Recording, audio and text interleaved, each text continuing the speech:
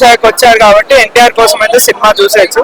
But story పరంగా Koratala Shiva he could have done better. ఆ aspect లో మాత్రం కొంచెం బాధ ఇవ్వాల్సింది అనిపించింది. యా అదే చాలా ఫ్లాట్ అవుట్ ఉంది మూవీ అంతా. ఒక హై లెవెల్ మాస్ మూవీ అంటే మనం ఒక యూఫోరియా ఎక్స్పెక్ట్ చేస్తాం కదా, మేజర్ గా అదే డిసప్పాయింట్ చేసింది. And very poor writing and screen play ఆ విషయంలో. సో చూడాలి టాక్ ఎలా ఉంటాయి. యా ఇంకా అదే పార్ట్ 2 కోసం లీడ్ ఇచ్చినా కానీ సెకండ్ పార్ట్ కి అంత స్టోరీ ఉండకపోవచ్చేమో అన్నట్టుంది. But we don't know, we cannot say that కదా. అంటే డబుల్ యాక్షన్ ఎవరు యాక్షన్ ఏదైనా ఎన్టీఆర్ గారే కదండి, ఇచ్చి పడేశారు. రెండు నచ్చేసాయండి. దేవరా అంటే దేవరా, ఇంకా అంతే.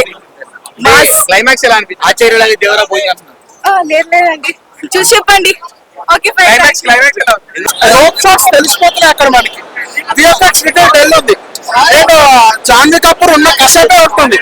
అండ్ సెకండ్ పార్ట్ కంటిన్యూషన్ ఏంటి అనేది ఆ క్లైమాక్స్ ట్విస్ట్ అని పెట్టారు.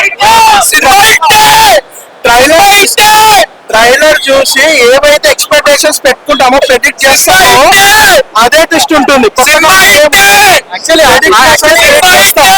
ట్రైలర్ కట్ చేసి అంటే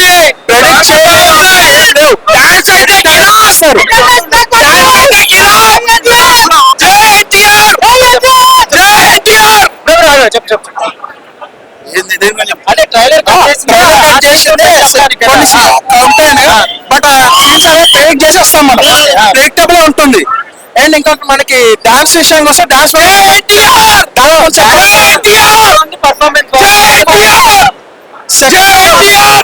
సెకండ్ హాఫ్ అనేది బాగా ప్రిపేర్ చేసుకుంటే బాగుంది అనిపించింది. సో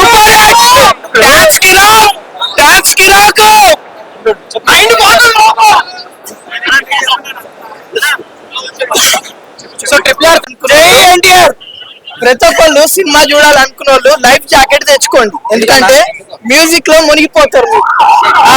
ఈత రాని వాళ్ళు అంటే స్విమ్మింగ్ రాని వాళ్ళు లైఫ్ జాకెట్ తెచ్చుకోండి, మీ లైఫ్ ని కాపాడుకోండి. నిజంగా మూవీ మాత్రం నెక్స్ట్ అంటే నెక్స్ట్ లెవెల్ ఉంది.